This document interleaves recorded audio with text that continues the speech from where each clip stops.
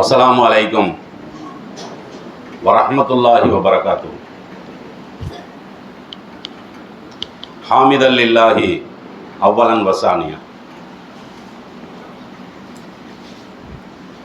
அன்பினிய இஸ்லாமிய சொந்தங்களே, ஹிஜ்ரி 1445 ஆண்டு சங்கை மிகுந்த ரமலான் மாதத்தின் இரவு தொழுகையை நிறைவேற்றியவர்களாக நாமெல்லாம் இங்கே அமர்ந்திருக்கிறோம். கடந்த 2 நாட்களாக புனித தலம் காபத்துல்லா வரலாற்று தொடரிலே நினைவுபடுத்த வேண்டிய பல செய்திகளை எடுத்து கூறினோம். அந்த தொடரின் இறுதியாக இன்றைய தினம் ஒரு சில செய்திகளை நினைவுபடுத்திவிட்டு இன்ஷா அல்லாஹ் நாளை முதல் மறுமை வாழ்விற்கு எது போன்ற அறிவுரைகள் பயன் தருமோ அது போன்ற செய்திகளிலே முழுமையாக நாம் கவனம் செலுத்துவோம். ஏன்னா நம்ம இந்த வரலாறுன்னு சொல்றோம் பார்த்தீங்களா, இந்த வரலாறுன்னு சொல்றதெல்லாம் சும்மா ஒரு தகவல் தான். இதனால மறுமையில நம்மளுக்கு வெற்றி கிடைச்சிருமா? இந்த காபத்துல்லா சம்பந்தமான செய்திகளை அறிகிற காரணத்தினால், இந்த யானை படையினுடைய சம்பவத்தை எல்லாம் அறிகிற காரணத்தினால் மறுமை நாளில் நம்மளுக்கு வெற்றி கிடைக்குமான? வெற்றி கிடைக்காது. ஏன்னா இதெல்லாம் ஒரு வரலாற்று தகவல். மறுமையில் வெற்றி கிடைப்பதாக இருந்தால் மறுமை வாழ்விற்கு நாம் என்ன செய்ய வேண்டுமோ அதை செய்தால்தான் வெற்றி கிடைக்கும். அப்ப நம்மளுடைய முழுமையான கவனம் எல்லாம் எதுல இருக்கணும்னு கேட்டா, மறுமை வாழ்வில் நாம் வெற்றி அடைவதற்கு என்ன நம்ம செய்யணும், எதை நாம் அறிய வேண்டும் அப்படிங்கிற விஷயத்துல தான் நம்ம என்ன செய்யணும், கவனம் செலுத்தணும். இது ஹஸ்ர் என்ற அத்தியாயத்துல கூட அல்லாஹ் ஜல்லஷானஹு தஆலா சொல்லி காட்டுகிறான். 59வது அத்தியாயத்தினுடைய 18வது வசனம். யா அய்யுஹல்லதீன ஆமனு, ஈமான் கொண்டவர்களே, இத்தகுல்லா, அல்லாஹுவை நீங்கள் அஞ்சுங்கள், வல் தந்துரு நஃப்சும் மா கத்தமத் லிகதி, எந்த நாளை நீங்கள் அடையவிருக்கிறீர்களோ அந்த நாளுக்கான தயாரிப்பு இருக்கு பார்த்தீங்களா, அதை நீங்கள் முற்படுத்திக் கொள்ளுங்கள். இதுதான் அல்லாஹ் ஜல்லஷானஹு தஆலா மறுமை வெற்றிக்கு சொல்லக்கூடிய முக்கியமான வசனம். நாம் இப்போ ஊட்டிக்கு போறோன்னு வைங்களேன், எப்போ போவோம்? பாக்கெட்டில் 100 ரூபா மட்டும்தான் இருக்கு. ஊட்டிக்கு போவோமா? போக மாட்டோம். ஊட்டிக்கு வேணா ஒரு ஹோட்டலுக்கு போவோமாங்க, ஹோட்டலுக்கு கூட போக மாட்டோம். ஏன்னா பாக்கெட்டில் 100 ரூபா தானே இருக்கு. அப்போ இந்த 100 ரூபாவை நாம் வைத்து கொண்டு ஹோட்டலுக்கும் போக முடியாது, ஊட்டிக்கும் போக முடியாது.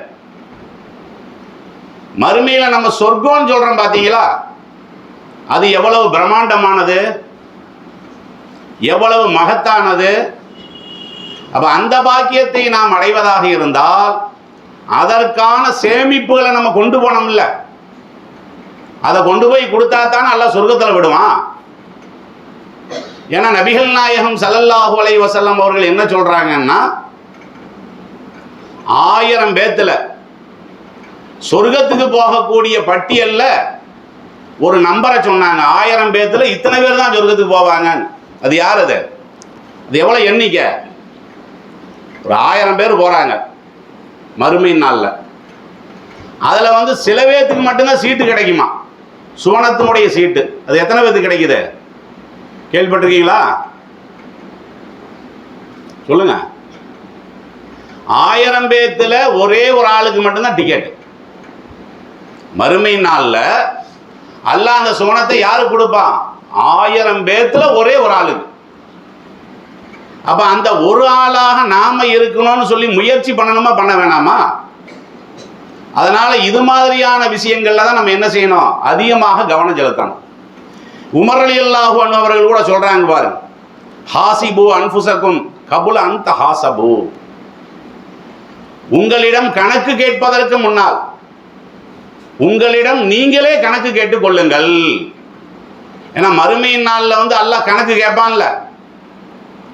கடையில் வந்து நாம நம்மளுடைய தொழிலாளிகிட்ட கணக்கு கேட்கத்தானே செய்கிறோம்.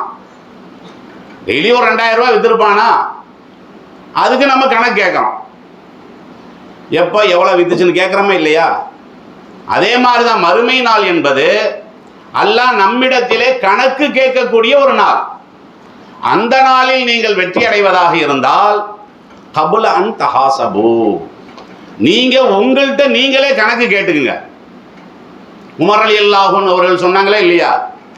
அதே மாதிரி ஜனு கபுல ஐ யூசினோ, அல்லாஹ் உங்களுடைய நலவுகளை எடை போடுவதற்கு முன்னாடி நீங்க எடை போட்டு பாருங்க.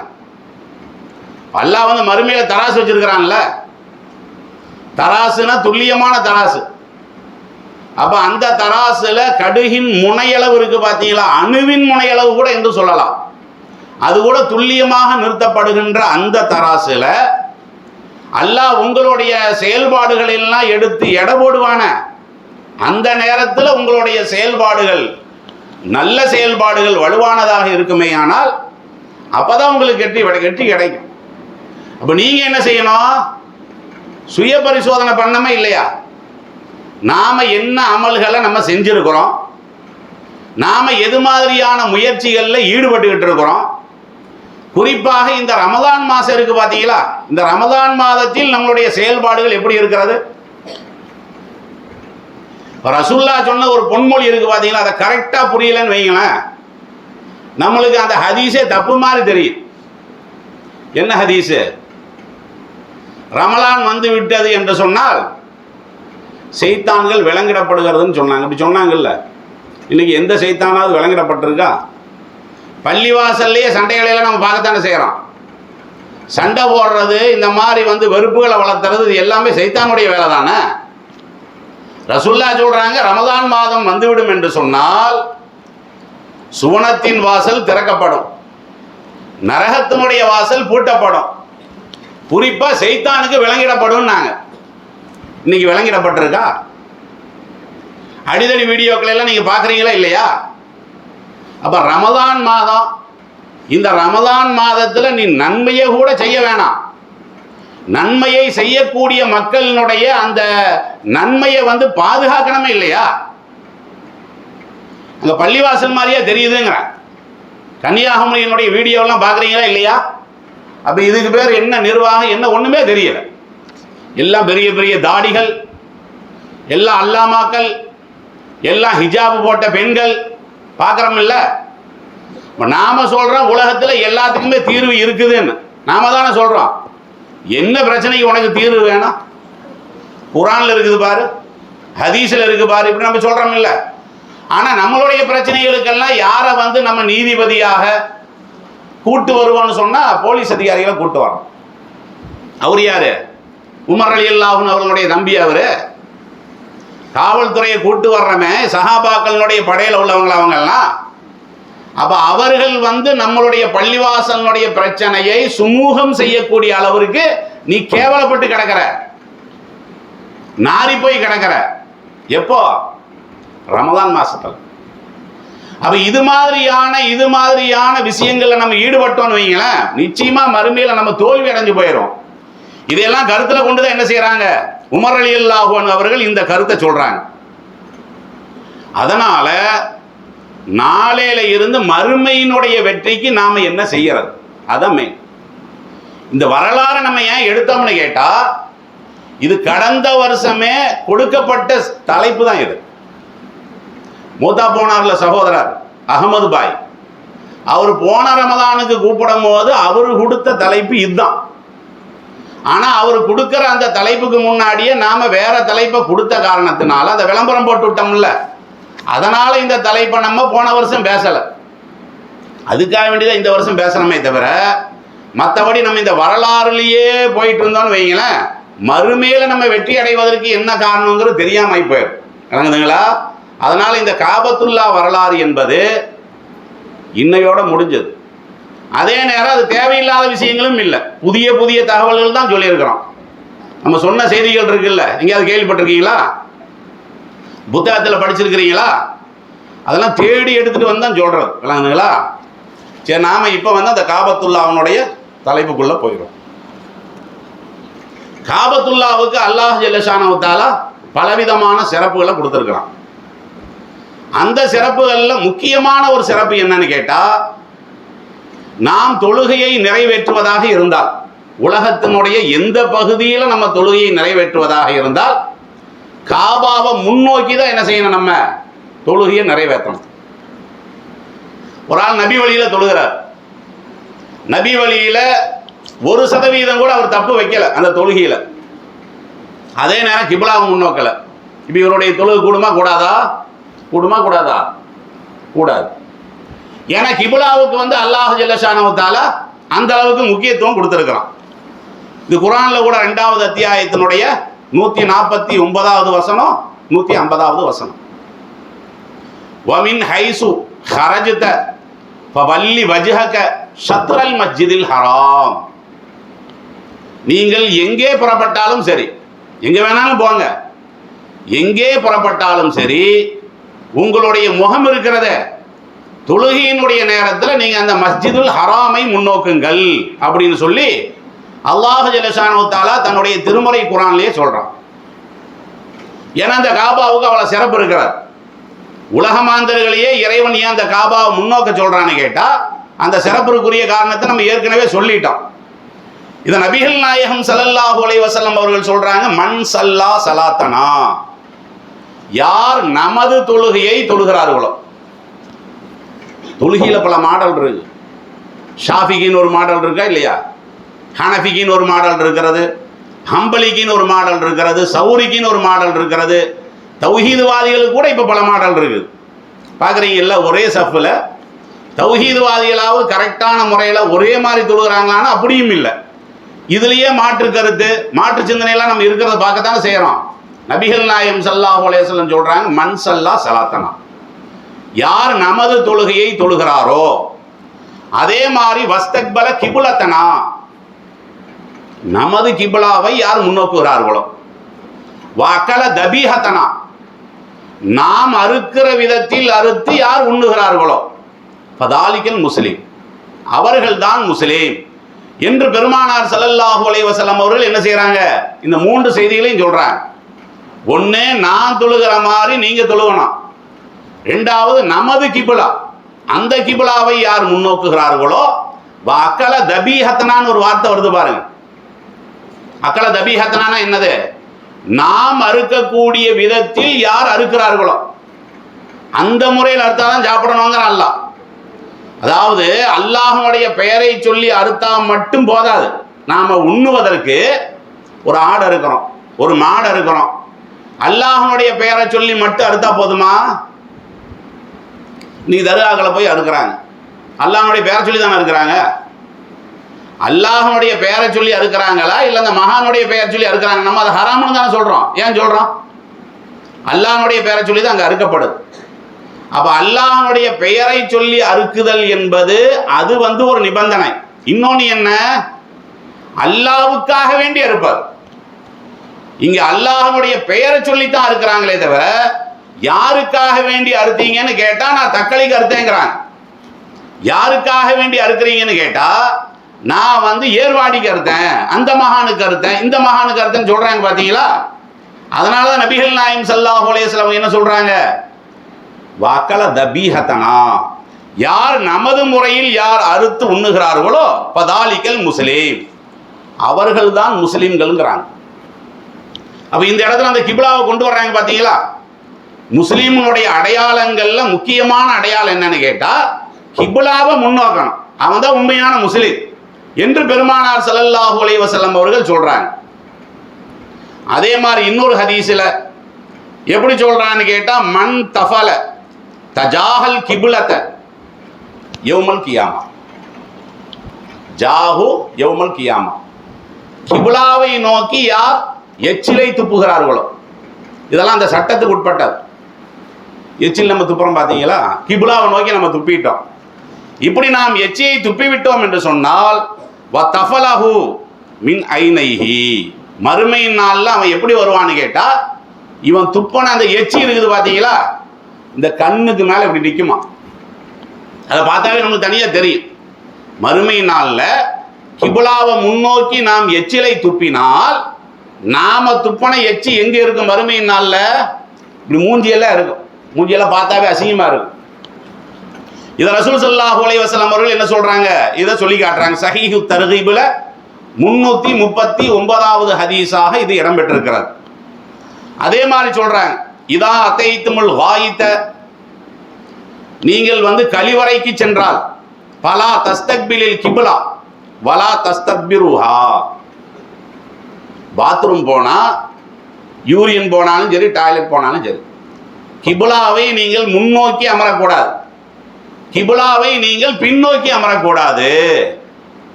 இப்போ நம்ம இந்த வாஸ்து சாஸ்திரம்லாம் சொல்றாங்க பார்த்தீங்களா, நபிகள் நாயகம் ஸல்லல்லாஹு அலைஹி வஸல்லம் அவர்கள் கற்றுத்தந்த வீடு கட்டக்கூடிய முறை. இன்னைக்கு அந்த வீடுகளை எல்லாம் போய் பாருங்க, எப்படி கட்டியிருக்கிறாங்க. டாய்லெட் கட்டுறாங்களே, எப்படி கட்டுறாங்க. இதையெல்லாம் தேவையில்லாம கன்னி மூலையை பார்ப்பான். கன்னி மூலைன்னு சொல்றாங்கல்ல, கன்னி மூலைக்கு முக்கியத்துவம் கொடுப்பாங்களே தவிர ஹதீஸ்ல என்ன இருக்குது அதுக்கு முக்கியத்துவம் கொடுக்கணுமா இல்லையா? அப்ப நீங்க ஒரு டாய்லெட் அமைக்கக்கூடிய நேரத்தில் கிப்லாவை முன்னோக்கி இருக்கக்கூடாது. அதாவது இந்த மாதிரி பார்த்து நம்ம டாய்லெட் போகக்கூடாது. இப்படி நான் இப்போ உட்காந்துருக்கேன் பார்த்தீங்களா, இப்படியும் போகக்கூடாது. ஒன்று இந்த சைடு போகணும், அல்லது இந்த சைடு உட்காந்துருக்காங்க பார்த்தீங்கன்னா இந்த திசையில தான் என்ன செய்யணும், டாய்லெட்டு கூட போகணுங்கிறாங்க. அது யூரின் போகிறதா இருந்தாலும் அப்படித்தான்.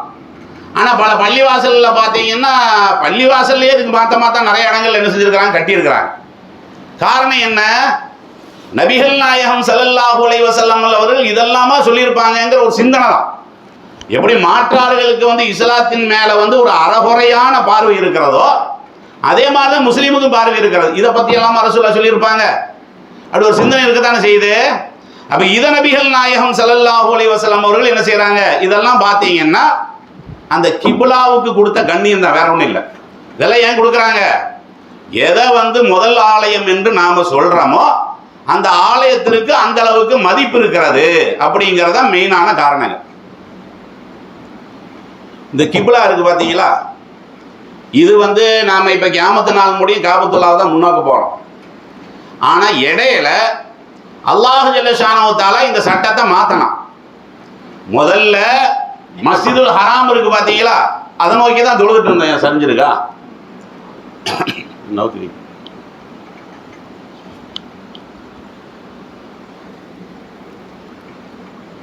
ஆதம் அலைஹிஸ்ஸலாத்து வஸ்ஸலாம் அவர்கள் காபாவை கட்டினாங்கன்னா அந்த காலத்திலிருந்து நம்ம கிப்லாவை தான் முன்னோக்கிறோம். அப்படிதான் முன்னோக்கிட்டு இருந்தாங்க. இடையில அல்லாஹ் ஜல்ல ஷானஹு தஆலா என்ன செஞ்சான்னு கேட்டா, அந்த கிப்லாங்கிறது நம்ம மஸ்ஜிதுல் ஹராம் தானே, அதை அப்படியே மஸ்ஜிதுல் அக்ஸாவுக்கு மாத்துறோம். அதாவது மக்காவை முன்னோக்கி கொண்டிருந்தவர்கள் மஸ்ஜிதுல் அக்ஸா இருக்கு பாத்தீங்களா, அதை முன்னோக்கி தொழுமாறு அல்லாஹ் என்ன செய்யறான்னா கட்டளை போடுறான். கிட்டத்தட்ட 17 மாதங்கள் நபிகள் நாயகம் ஸல்லல்லாஹு அலைஹி வஸல்லம் அவர்கள் இந்த மஸ்ஜிதுல் அக்ஸாவை பார்த்து தான் தொழுதாங்க. மஸ்ஜிதுல் அக்ஸா எங்க இருக்குது, அங்கதான் நீ சண்டை நடந்துட்டு இருக்கு. இப்ப பார்த்தா அந்த சண்டை நடந்துட்டு இருக்கு பாத்தீங்களா. இன்னும் சொல்ல போனா அந்த சண்டையினுடைய பின்னணியே இந்த மஸ்ஜிதுல் அக்ஸா. அதை எப்படியாவது வளைச்சு போடணும், அதை வைத்து பல சாதனைகளை செய்யணுங்கிற மாதிரியான அந்த யூதர்களுடைய சூழ்ச்சி தான். அப்ப இந்த மஸ்ஜிதுல் அக்ஸாவை முன்னோக்கி அல்லாஹ் ஜல்ல ஷானஹு தஆலா என்ன செய்யறான், முன்னோக்குமாறு சொல்றான். கிட்டத்தட்ட ஒரு 17 மாதம். எதுக்காக வேண்டி சொல்றான்னு கேட்டா, இப்ப இந்த காபத்துல்லாவுக்கு அல்லாஹ் சிறப்பு இருக்குன்னு சொல்றான்ல, நபிகள் நாயகம் ஸல்லல்லாஹு அலைஹி வஸல்லம் அவர்கள் சிறப்பு இருக்குன்னு சொன்னாங்க பாத்தீங்களா. அந்த சிறப்பை காரணம் காட்டி அது மேல நம்மளுக்கு பக்தி வந்துடக்கூடாது. நேற்று கூட நான் சொல்லி காட்டினேன்ல, காபத்துல்லாவில் துவா செய்கிற நேரத்தில் சும்மா கையேந்தி துவா செய்தால் போதுமானது. அங்கே போய் அது போட்டிருக்கக்கூடிய திரையை போட்டு இழுக்கணுங்கிறதெல்லாம் இல்லை, அதை அப்படி தொட்டு பார்க்கணுங்கிறதெல்லாம் இல்லை.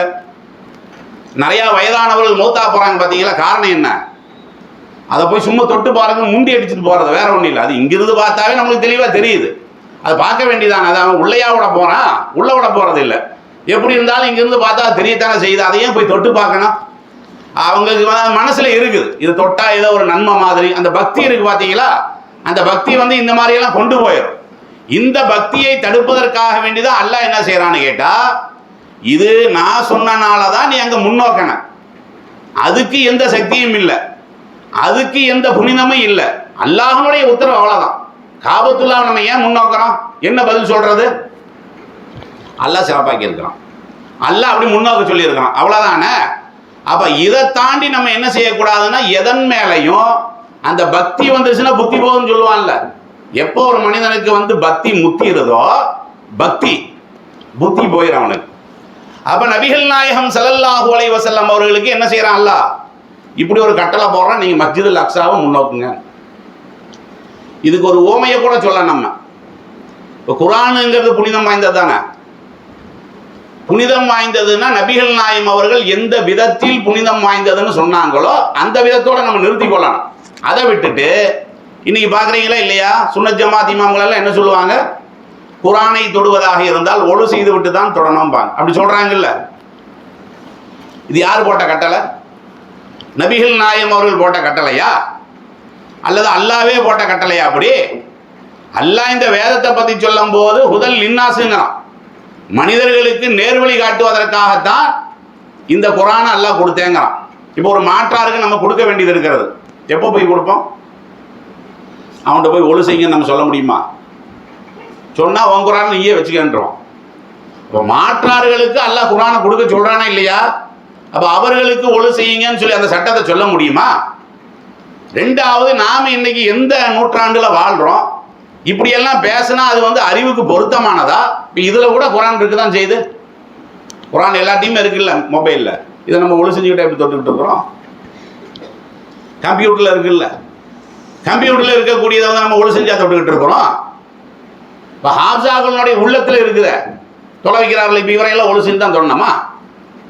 என் உள்ளத்தில் இருக்க உங்கள் உள்ளத்தில் இருக்க குர்ஆனுங்கிறது. அப்போ ஒழு செஞ்சுட்டு தொடணும்னா எல்லாத்தையுமே தொடணும் இல்லை. இதுபோல குர்ஆன்னா என்ன? குர்ஆனுங்கிறது வந்து அல்லாஹ் தௌராத்து மாதிரி புத்தகம் மாதிரி வழங்கினானா அல்லாஹ் அந்த ஓசையை கொடுத்தானா? அல்ஹம்துலில்லாஹி ரப்பில் ஆலமீன்ங்கிற ஓசையை தான் அல்லாஹ் கொடுத்தான், புத்தகத்தை கொடுக்கல. அப்போ ஒரிஜினல் குர்ஆன் எதுன்னு பார்த்தீங்கன்னா அந்த ஓசை தான்.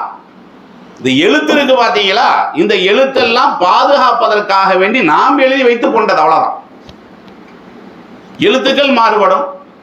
இப்போ ரசூல் ஸல்லல்லாஹு அலைஹி வஸல்லம் அவருடைய காலத்தில் இருந்த அரபு எழுத்து இருக்குல்ல, அதுவும் இதுவும் இன்னைக்கு ஒன்று தானா? இன்னைக்கு நம்ம படிக்கிறோம்ல, ஆ பா தா சான்னெல்லாம் படிக்கிறோம்ல. பாக்கு கீழே ஒரு புள்ளி போட்டிருக்கிறாங்க, தாக்கு மேலே 2 புள்ளி போட்டிருப்பாங்க, சாக்கு மேலே 3 புள்ளி போட்டிருப்பாங்க. ரசூல்லா காலத்தில் இப்படி புள்ளி இல்லாமல் இருந்தது. அதே மாதிரி ஃபத்தஹு இப்படிலாம் சொல்கிறாங்கல்ல, ரஃபு ஜேரு ஜபரு பேசுனெல்லாம் சொல்கிறோம்ல, இதெல்லாம் ரசூல்லா காலத்தில் இருந்தது. அவர்களுடைய காலத்தில் இப்படி ஒன்றுமே கிடையாது. ரசூல்லா காலத்தில் பேவும் அதே மாதிரி தான் இருக்கும், பா தாசான்னு நீங்கள் சொல்கிறீங்கல்ல, 3மே ஒரே மாதிரி தான் இருக்கும். எதுலேயுமே புள்ளியெல்லாம் இருக்காது. அது பின்னால் வந்தவர்கள் படிப்பதற்காக வேண்டி என்ன செஞ்சாங்கன்னா அந்த இலக்கணத்தை உண்டாக்குனாங்களே தவிர ரசூல்லா காலத்தில் இப்படி இல்லை. இந்த மாதிரி இந்த புள்ளி எல்லாம் வச்செல்லாம் கிடையாது. இப்போ நான் இது எதுக்கு சொல்ல வரேன்னு கேட்டால், இப்போ குர்ஆனை வந்து ஒழுவோட தான் தொடணும் அப்படின்னு சொல்வதாக இருந்தால், இப்போ எந்த குர்ஆனை தொடுறது? இந்த குர்ஆனுடைய எழுத்தை ஒழுவோட தொடுறதா இல்லை அந்த குர்ஆனுடைய எழுத்தை ஒழுவோட தொழுகிறதா? தமிழ்லேயே வித்தியாசம் இருக்குதே. இப்போ இன்றைக்கு எழுதக்கூடியவர்களுடைய தமிழ் எழுத்து இருக்குது பார்த்தீங்களா, இதே ஒரு 30 வருஷத்துக்கு முன்னாடி பார்த்தீங்கன்னா வேற எழுத்தாக இருக்கும். இப்போ அன்னைன்னு நம்ம போடுறோம்ல, உதாரணமாக யானைன்னு போடுறோம். யானையை நம்ம எப்படி எழுதுவோம்? யா போட்டு அதுக்கப்புறம் வளைச்சி விட்டு மறுபடியும் நான் போடுவோம். இதுதானே இன்றைக்கி உள்ள யானை. ஆனால் ஒரு 30 வருஷத்துக்கு முன்னாடியெல்லாம் பார்த்தீங்கன்னா யானைக்கு மேலே அது தும்பிக்கை மாதிரி போடுவாங்க. அது போடுறாங்கல்ல, இது இப்போ இந்த காலத்தில் இல்லை, அது பழைய எழுத்து. இப்போ வந்தது புது எழுத்து. அப்போ இந்த எழுத்தில் பார்த்தீங்கன்னா இந்த குறைந்தபட்ச வருடத்திலே இவ்வளோ வித்தியாசம் இருக்கு தானே செய்யுது. அதே மாதிரி தான் அரபு எழுத்துக்கள்லையும் வந்து இது மாதிரியான வித்தியாசங்கள் எல்லா காலத்திலையும் மாறி மாறி தான் வருது. எதுக்கு சொல்ல வரேன்னு கேட்டால், பெருமானார் ஸல்லல்லாஹு அலைஹி வஸல்லம் அவருடைய காலத்தில் இருந்த குர்ஆனே வேற, இன்னைக்கு உள்ள குர்ஆனே வேற. ஆனாலும் ஒழு செஞ்சுட்டு தான் தொடணும்னு ஏன் சொல்றாங்க? இந்த பக்தி தான், வேற ஒன்றும் இல்லை. இது திருமறை குர்ஆன். நம்ம ஒரு வரலாறு புத்தகத்தை வந்து நம்ம தொடர்றதும் குர்ஆனை தொடர்றதும் ஒன்றா? அப்படியெல்லாம் வாதம் பேசி என்ன செய்வாங்க? நியாயப்படுத்துவாங்க. இப்படிப்பட்ட பக்தி வந்து நம்மளை தப்பான வழியில் கொண்டு போயிடக்கூடாது. அப்படிங்கிற காரணத்தினால தான் அல்லாஹ் என்ன செய்கிறான்? நீங்கள் காபத்துல்லாவை பார்த்து நீங்கள் தொழுதுட்டு இருக்கிறீங்க, நீண்ட காலமாக தொழுதுட்டு இருக்கிறீங்க. அதே நேரம் நீண்ட காலமாக அதை முன்னோக்கிற காரணத்தினால அது புனிதம்னு நினச்சிடக்கூடாது. நீங்கள் பைத்துல் முகத்தஸை முன்னோக்குங்க அப்படிங்கிற அடிப்படையில் தான் அல்லாஹ் என்ன செய்கிறான்னா பைத்துல் முகத்தஸை முன்னோக்க வைக்கிறான். இது ரசூல் ஸல்லல்லாஹு அலைஹி வஸல்லம் அவர்கள் காபாவை முன்னோக்காம 17 மாதங்கள் பைத்துல் முகத்தஸை முன்னோக்கியதற்கு இதுதான் அடிப்படையான காரணம். நபிகள் நாயகம் ஸல்லல்லாஹு அலைஹி வஸல்லம் அவருடைய காலத்தில் கூட, ஏன்னா இதுல எல்லாம் நம்ம சரியான முறையில் புரிந்து கொள்ளணும். இன்னைக்கு பார்க்குறோம்ல, தங்கல்மார்கள்லாம் பார்க்குறோம்ல, அவன் கையை தொட்டா புனிதங்கிறான், அவன் குடிச்சிட்டு கொடுத்த டம்ளரில் குடிச்சா அதை பறக்கத்துங்கிறான். இந்த கேரளாவில் பார்க்குறேன், அவன் எச்சி துப்பி கொடுக்குறான், இந்த கேன பையன் அதை வாங்கி என்ன செய்யறான்னு குடிக்கிறான். பார்க்குறோம்ல நம்ம. அப்போ எந்த அளவுக்கு வந்து கேடு கட்டிருக்காங்கன்னு பாருங்க. அவன் எச்சியை துப்பி கொடுக்குறான், அதை வாங்கி என்ன செய்யறான், மேலே என்ன மாதிரி தடவிக்கிறான். எல்லாம் இந்த நூற்றாண்டில் நடக்கிறார். அப்போ இந்த நூற்றாண்டில் நம்ம கண்ணு முன்னாடி பார்த்துட்டு தான் இருக்கிறோம். இதெல்லாம் என்னன்னா பக்தியினுடைய வெளிப்பாடு. நபிகள் நாயகம் ஸல்லல்லாஹு அலைஹி வஸல்லம் அவர்களுடைய காலத்தில் உஸ்மான் ரலியல்லாஹு அன்ஹு அவர்கள் இருக்காங்கல்ல, அவர்கள் என்னன்னா ஒரு பக்கம் வந்து தூதுவராக அனுப்புகிறாங்க. ஹுதைபியா ஒப்பந்தம் கேள்விப்பட்டிருப்பீங்கல்ல, போனவர் வர்றதுக்கு தாமதமாகி போச்சு. அன்னைக்கு இப்படிப்பட்ட டெக்னாலஜிலாம் கிடையாது. இல்லை, ஃபோன் பண்ணி கேட்காம முடியும் எங்கே இருக்கிறீங்கன்னு இல்லை. அப்போ தூதர் வந்து எந்த நேரத்தில் வரணுமோ அந்த நேரத்தில் அவர் வரல, ரொம்ப தாமதமாகிறார், நாளும் கடந்து போகிறது. இப்போ என்ன செய்தி பரவுதுன்னு கேட்டால், நபிகள் நாயகம் அவர்களால் அனுப்பப்பட்ட இந்த தூதர் இருக்கிறார்ல, கொலை பண்ணிட்டாங்க அப்படிங்கிற மாதிரியான தகவல் பரவுகிறது. அந்த நேரத்தில் நபிகள் நாயகம் ஸல்லல்லாஹு அலைஹி வஸல்லம் அவர்கள் சஹாபாக்களை எல்லாம் கூப்பிட்டு என்ன செய்கிறாங்க, நாம் அனுப்பிய தூதர் படுகொலை செய்யப்பட்டதாக நம்மளுக்கு தகவல் வருகிறது. அது உண்மையா பொய்யாங்கிறது கரெக்டாக தெரியல. ஒருவேளை உண்மையாக இருக்குமே ஆனால் நாம அந்த உஸ்மான் ரலியல்லாஹு அன்ஹு அவர்களுடைய அந்த கொலைக்காக வேண்டி நம்ம என்ன செய்யணும், உயிரையே கொடுக்கணும் அப்படிங்கிற காரணத்தை சொல்லி பையத் பண்றாங்க. அல்லாஹ்வுடைய தூதர் கையில் என்ன செய்யறாங்க, பையத் பண்ணுங்கன்னு சொல்லி எல்லா சஹாபாக்களும் பையத் பண்றாங்க. அப்படி பண்ணும்போது ஒரு பெரிய மரம் இருக்குதாங்க, அந்த மரத்துக்கு கீழே உட்காந்து என்ன செய்யறாங்க, பையத்தே பண்றாங்க. இது அல்லாஹ்வே குர்ஆன்லயும் சொல்லி காட்டுறான். லகத் ரலியல்லாஹு அனில் முஃமினீன யுதிபாயுனக தஹ்த ஸஜரா, 48வது அத்தியாயத்தினுடைய 18வது வசனம். லகத் ரலியல்லாஹு அனில் முஃமினீன, மூமீன்களை அல்லாஹ் பொருந்தி கொண்டான். எத்தகைய மூமீன்கள், யுதிபாயுனக தஹ்த ஸஜரா, மரத்தின் கீழே நீங்கள் ஒப்பந்தம் வாங்குகிற பொழுது, அப்போ உங்கள்கிட்ட ஒப்பந்தம் பண்ணாங்கல்ல, அந்த மூமீன்களை அல்லாஹ் பொருந்தி கொண்டான் அப்படின்னு சொல்லி அல்லாஹ்வே இந்த சஹாபாக்களை பாராட்டி ஒரு வசனத்தை இறக்கி இருக்கிறான். இப்போ அந்த சம்பவம் நடந்தது பார்த்தீங்களா, அது அந்த மரத்துக்கு கீழே தான் வச்சு என்ன செஞ்சாங்க, அந்த ஒப்பந்தம் பண்ணாங்க. ரசூலுல்லாஹ்வுடைய காலம் முடியுது, மரம் இருக்குது. அன்னைக்கு உள்ள மக்கள் என்ன பண்ணுறாங்கன்னா, அந்த மரத்துக்கிட்ட போய் தொழுகிறது. அந்த மரத்தை என்ன செய்யறது, அதை ஒரு புனித மாதிரி கருது. ஏன்னா அல்லாஹ் வந்து அந்த இடத்துல அந்த அதற்காக சஜரா நல்லாவே சொல்கிறான் பார்த்தீங்களா, மரங்கிற அந்த வார்த்தையை அல்லாஹ் பயன்படுத்த காரணத்தினால அந்த மரத்தை போய் பார்க்கறது, அந்த மரத்துக்கிட்ட போய் நின்று தொழுகிறது, இது மாதிரியான ஒரு பக்தி வந்து அவங்கள்ட்ட ஏறுகிறது. அப்படி ஏறக்கூடிய நேரத்தில் உமர் ரலியல்லாஹு அன்ஹு அவர்களுடைய ஆட்சி காலத்தில் அவர் இப்படி கேள்விப்படுறார். எல்லாருமே இந்த மரத்துக்கு ஒரு புனித மாதிரி நினச்சிக்கிட்டு என்ன செய்கிறாங்க, காரணம் கேட்குற நேரத்தில் இதுதான் சொல்கிறாங்க. சஹாபாக்கள் எல்லாம் அன்னைக்கு பையத் பண்ணாங்கல்ல, இப்போ பையத் பண்ணும் போது அந்த மரத்துக்கு கீழே தானே இருந்தாங்க. இப்போ சஹாபாக்கள் உட்காந்த இடம் தானே அது, நபிகள் நாயகம் அவர்கள் பையத் வாங்கிய இடம் தானே அது. அப்போ அந்த இடத்துல ஒரு மரம் இருக்குதுன்னு சொன்னால் அது வந்து பரக்கத் பொருந்திய மரம் அப்படின்னு சொல்லி இன்னைக்கு கூட நம்ம பார்க்குறோம் இல்லை, தர்காக்களை எல்லாம் நம்ம பார்க்கத்தானே செய்கிறோம். அவர் பயன்படுத்திய பொருளுங்கிறான். அந்த இடத்துல ஏதாவது ஒரு தூணை தூக்கி வச்சுக்கிட்டு என்ன செய்யறான், அதை ஒரு சிறப்புங்கிறான். இதெல்லாம் பாருங்க, அந்த காலத்துலேருந்து வந்திருக்கு பாருங்க. அப்போ இப்படிப்பட்ட ஒரு பக்தியின் பெயரால் அந்த மூட நம்பிக்கை கலந்த காரணத்தினால உமர் ரலியல்லாஹு அன்ஹு அவர்கள் என்ன செய்யறாங்க, அந்த மரத்தையே தகர்த்து எரிஞ்சிடறாங்க. இனி கூடாது. நபிகள் நாயகம் ஸல்லல்லாஹு அலைஹி வஸல்லம் அவர்கள் எந்த கொள்கையை நம்மளுக்கு கற்றுக் கொடுத்தார்களோ அந்த கொள்கை வந்து சுத்தமாக பாதுகாக்கப்படணும். நீங்கள் வாட்டுக்கு இந்த மரத்தை சுத்துறது, மரத்தில் என்னமோ ஒரு பரக்கத்து இருக்கிற மாதிரி, என்னன்னா அந்த மரத்தில் ஏதாவது இலை இருக்குன்னு வைங்களேன், அந்த இலையை மட்டும் கொண்டு வந்து என்னன்னா சாப்பிட்றது, ஏன்னா அது வந்து பரக்கத்துமா நினைக்கிறது. அப்போ இப்படிப்பட்ட மூட நம்பிக்கையெல்லாம் வரக்கூடாதுங்கிற காரணத்தினால உமர் ரலியல்லாஹு அன்ஹு அவர்கள் என்ன செய்கிறாங்க, அந்த மரத்தையே வெட்டி எறிஞ்சாங்கன்னு நம்ம பார்க்குறோம். இதுக்கெல்லாம் அடிப்படையான காரணம் என்ன, ஒரு பொருளின் மீது அல்லது ஒரு தனி நபரின் மீது பக்தி ஏறக்கூடாதுங்கிறது தான். அதுக்கு அடிப்படையான காரணம் தான் இந்த காபா. இந்த காபாவை தொழுது கொண்டிருந்த, அதை முன்னோக்கி தொழுது கொண்டிருந்த பெருமானார் ஸல்லல்லாஹு அலைஹி வஸல்லம் அவர்களை மஸ்ஜிதுல் அக்ஸாவை நோக்கி தொழ சொல்வதற்கு அடிப்படையான காரணம், அதை புனிதம்னு நினச்சிக்கிட்டு அந்த கட்டடத்துக்கு நீங்கள் சிறப்புன்னு நினச்சிடாதீங்க. கட்டடத்துக்கல்ல சிறப்பு, நான் போட்ட உத்தரவுக்கு தான் சிறப்பு. இப்போ நான் தானே போடுறேன், மஸ்ஜிதுல் அக்ஸாவின் பார்த்து நீங்கள் தொழுங்கன்னு இப்போ நான் தானே போடுறேன். அதனால் உங்களுடைய சிந்தனையை மாற்றிக்கிங்க அப்படிங்கிற ஒரு காரணத்தினால தான் அல்லாஹ் இந்த கட்டளையை போடுறாங்க. 17 மாதம் தொழுகிறாங்க.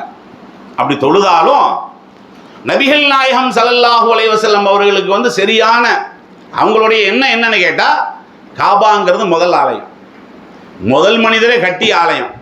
அந்த ஆலயத்தை நோக்கி நம்ம என்ன செஞ்சுட்டு இருந்தோம், தொழுதுகிட்டு இருந்தோம். அல்லாஹ் திடீர்னு இப்படி மாற்றி விட்டானே, மறுபடியும் இந்த மஸ்ஜிதுல் ஹராமையே அல்லாஹ் கிப்லாவாக கொடுத்தால் ரொம்ப நல்லா இருக்குமேங்கிற அந்த ஒரு எதிர்பார்ப்பு இருக்கு பார்த்தீங்களா, ரசூல் ஸல்லல்லாஹு அலைஹி வஸல்லம் அவர்களுக்கு ரொம்ப அதிகமாக இருந்தது. தக்பீரை கட்டிட்டு வானத்தையே பார்ப்பாங்க. ஏன் வானத்தை பார்க்குறேன், இப்போ நம்ம பார்க்கக்கூடாது அப்படி வானத்தை. இறை தூதர்களை பொறுத்த வரைக்கும் வஹி வரும் இல்லை, அது வான்வழியாகத்தானே வருது. அப்போ அல்லாஹ்விடத்திலிருந்து இந்த மாதிரி இந்த கிப்லா பழையபடியே அந்த கிப்லாவை அல்லாஹ் நமக்கு கொடுத்து அப்படிப்பட்ட ஒரு பாக்கியத்தை பண்ணுவானா என்ற அடிப்படையில் என்ன செய்கிறாங்க, தொழுகும் போதெல்லாம் வானத்தை பார்த்துக்கிட்டே இருப்பாங்க. அப்போ அல்லாஹ் என்ன செய்கிறான், ஒரு வசனத்தை இறக்குறான். எப்படி இறக்குறான், கதுநரா த கல்லுப வஜிஹிக ஃபிஸ் ஸமாயி ஃபலனு வள்ளி அன்னக கிப்லத்தன் தரலாஹா. தொழுதுகிட்டு இருக்கும் போதே இந்த வசனம் வருது. நீங்கள் வானம் நோக்கி பார்க்குறீங்கல்ல, எதுக்காக வேண்டி பார்க்குறீங்க, உங்களுக்கு அந்த எண்ணம் இருக்குது, மறுபடியும் கிப்லா வந்து மஸ்ஜிதுல் ஹராமே வரட்டோங்கிறனால. அதனால் நீங்கள் எந்த திசையை நோக்கி தொழ வேண்டும் என்று விரும்புகிறீர்களோ அதே திசையை என்ன செய்யறோம், நம்ம இப்போ அந்த மஸ்ஜிதுல் ஹராமையை கிப்லாவாக மாற்றி விடுகிறோம் அப்படிங்கிற அடிப்படையில் அல்லாவே இந்த வசனத்தை இறக்குறான். அப்போ 17 மாதம் மஸ்ஜிதுல் ஹராமை நோக்கி தொழாமல் இருந்தாங்க. மறுபடியும் அல்லாஹ் என்ன பண்ணுறான்னா தொழுமாறு உத்தரவு போடுறான். இப்படி உத்தரவு போடக்கூடிய நேரத்தில் அவங்க தொழுகையில் தான் நிற்கிறாங்க. தொழுதுகிட்டு இருக்கும்போது திரும்புகிறாங்க. இந்த இறை வசனத்துக்கு எப்படி நம்ம கட்டு பண்ணோம்னு கேட்டால், வசனத்தில் அல்லாஹ் இப்படி சொல்கிறானா உடனே நம்ம அதை செவிக்கிறோம். அப்போ நம்ம இப்போ தானே வசனம் இறங்குது, நம்ம இப்போ லொஹுர் நேரம் அந்த வசனம் இறங்குதுன்னு வைங்களேன், நாம் வந்து அசர் நேரம் மாற்றிக்குவோம், மகரிபு நேரம் மாற்றிக்குவோம். அப்படியெல்லாம் ஐடியா பண்ணாமல் தொழுதுகிட்டு இருக்கும்போது என்ன பண்ணுறாங்க, நேராக மஸ்ஜிதுல் ஹராமை நோக்கி அப்படி திரும்புகிறாங்க. காரணம் என்னென்னா இறைவனுடைய கட்டளை. அப்போ இறைவனுடைய கட்டளைக்கு வந்து நீங்கள் இந்த அளவுக்கு முக்கியத்துவம் தரணுங்கிறத அல்லாஹ்வுடைய தூதர் மூலமாக பெருமானார் ஸல்லல்லாஹு அலைஹி வஸல்லம் அவர்களுடைய வரலாற்றின் மூலமாக நம்மளுக்கு சொல்லி காட்டுறானா இல்லையா. இது எல்லாமே காபத்துல்லாஹ்வுடைய வரலாறுல இடம்பெற்றிருக்கக்கூடிய சம்பவங்கள். அதே மாதிரி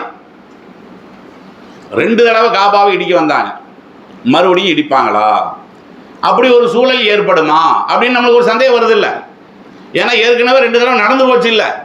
ஒன்று அபரஹா வந்து இடிக்கிறதே போயிட்டான், அஸாதுல் ஹுமைர் என்பவர் இடிப்பதற்கு நான்னார். மறுபடியும் அப்படிப்பட்ட ஒரு சூழ்நிலை வருமா? இன்னைக்கு நம்ம பார்த்தோம்னா நம்மளுக்கு அப்படித்தானே தோணுது. ஏன்னா இந்த அமெரிக்காவினுடைய அடிமைகளாக மாறி வரக்கூடிய இந்த சூழல்ல ஒருவேளை திடீர்னு அவன் வந்து அங்கேயும் கை வச்சிருவானோ, காபத்துல்லாலையும் வந்து இறங்கிடுவானோ அப்படிங்கிற மாதிரியான அச்சம்லாம் நம்மளுக்கு வருது.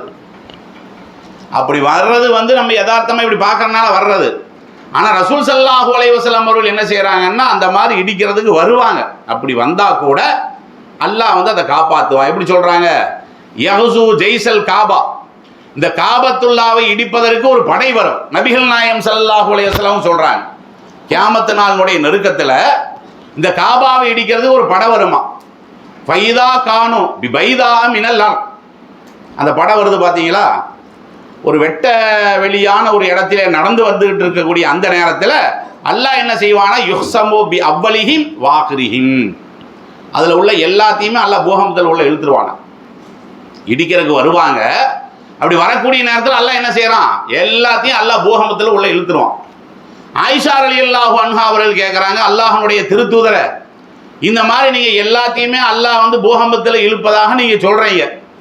அப்படி சொல்லக்கூடிய நேரத்தில் அந்த இடத்துல கடை வீதி இருக்குதானே செய்யும், அந்த இடத்துல மக்கள் எல்லாம் நடந்து போயிட்டு தான் இருப்பாங்க. இப்போ அவன் தப்பு பண்ணான்னா அவனை தண்டிக்கிறது பிரச்சனை இல்லை.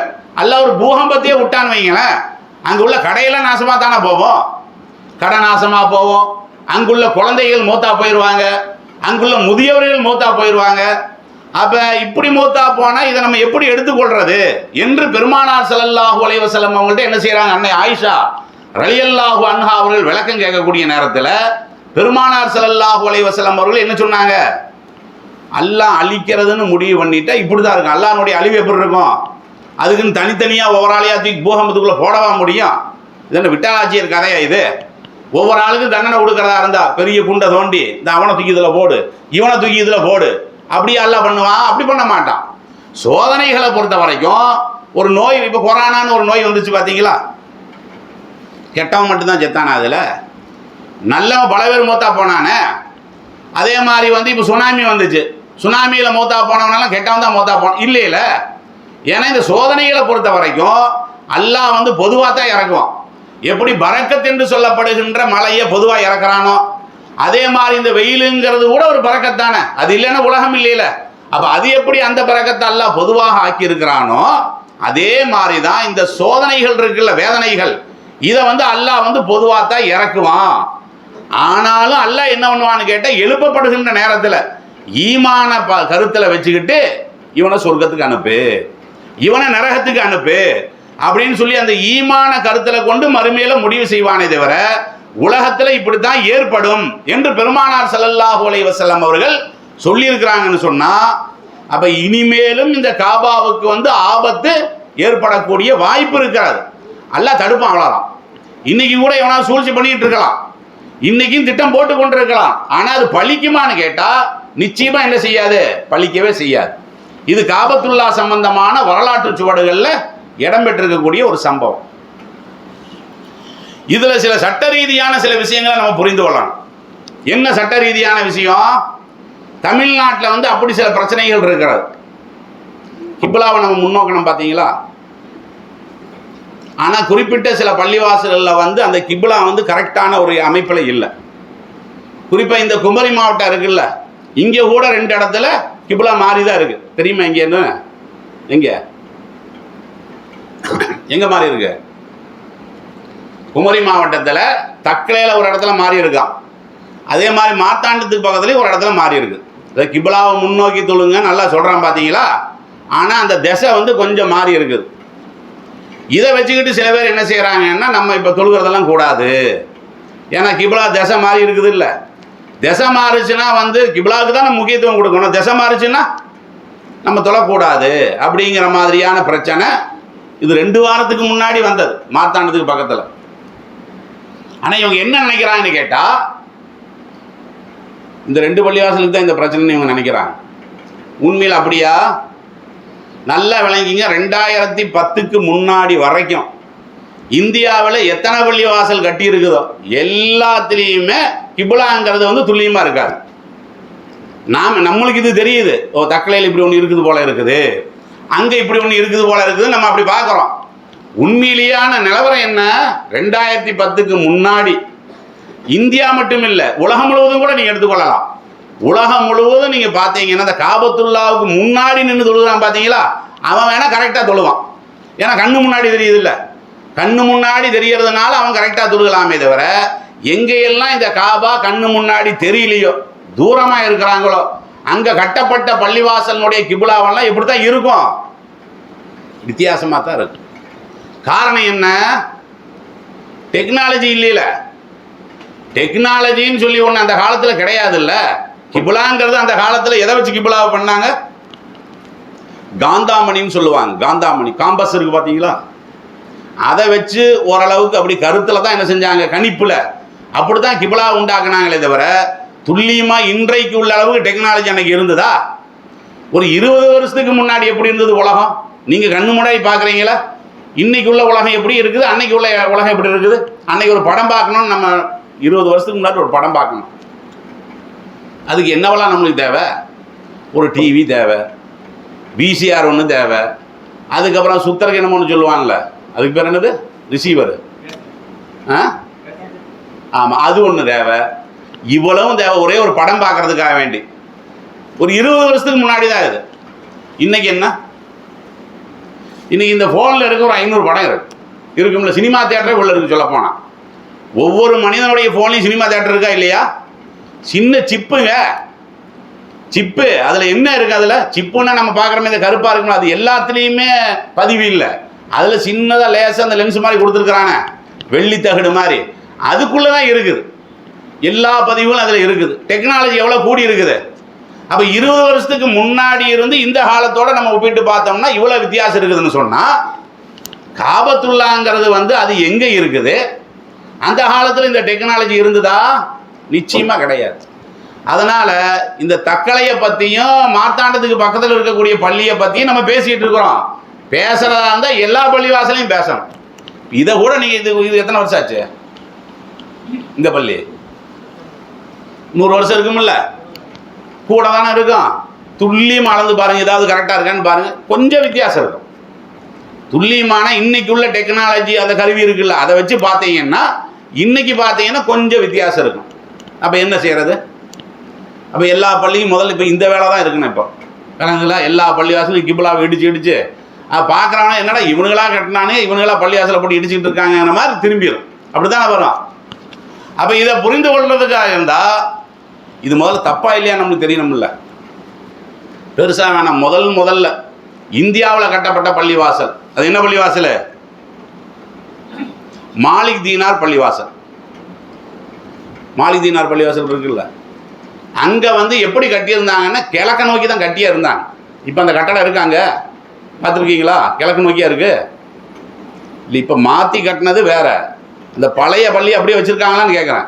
கிழக்கு நோக்கி தான் இருக்கா? கிழக்கு நோக்கி, நம்ம மேற்கு நோக்கி தானே. அப்போ மேற்குன்னா இங்கே நோக்கி நம்ம தொழுகிறோம். இப்படி இருக்குது அங்கே உள்ள கிபிலா. இன்னைக்கு போனால் கூட பார்க்கலாம். அந்த கொடுங்கலூரில் பக்கத்தில் கேரளாவில் வித்தியாசம் இருக்குது தானே செய்யுது. அதாவது தெளிவாக தெரிஞ்சால் மாற்றுறதுங்கிறது வேற. இப்போ நாளைக்கு வந்து இந்த பள்ளிவாசலை ஒரு வேளை நீங்கள் இடிச்சுட்டு மறுபடியும் நீங்கள் சரியான முறையில் கட்டக்கூடிய அந்த நேரத்தில் என்ன செய்யலாம்? நம்ம அதை மாற்றலாமே தவிர இதுக்காக வேண்டி இப்போ இடிக்கணும்னு இருக்கா? இந்த முறையில் தொழுதா வந்து அது கூடாதுன்னு இருக்கா? இந்த சலனமெல்லாம் நம்மளுக்கு ஏற்படவே கூடாது. அதாவது மார்க்க விஷயத்தை பொறுத்த வரைக்கும் ஞானம் இருந்தால் பேசணும், இல்லாட்டி சும்மா இருக்கணும். இன்னைக்கு என்ன ஆகி போச்சுன்னு கேட்டால் ஒரு 4 ஹதீஸை படிக்க வேண்டியது, ஒரு 4 ஆயத்தை படிக்க வேண்டியது, ஆளுக்கு ஃபத்வா கொடுக்க வேண்டியது. அப்போ இந்த தொழுகை எப்படி கூடுமானது அப்படிங்கிற மாதிரி எந்த அளவுக்கு ஆகிட்டாங்கன்னு கேட்டால் ஸ்டிக்கரை ஓட்ட ஆரம்பிச்சிட்டாங்க. ஸ்டிக்கர் இருக்குது பார்த்தீங்களா? அதான் லொஹருக்கு இந்த பிரச்சனை வருது.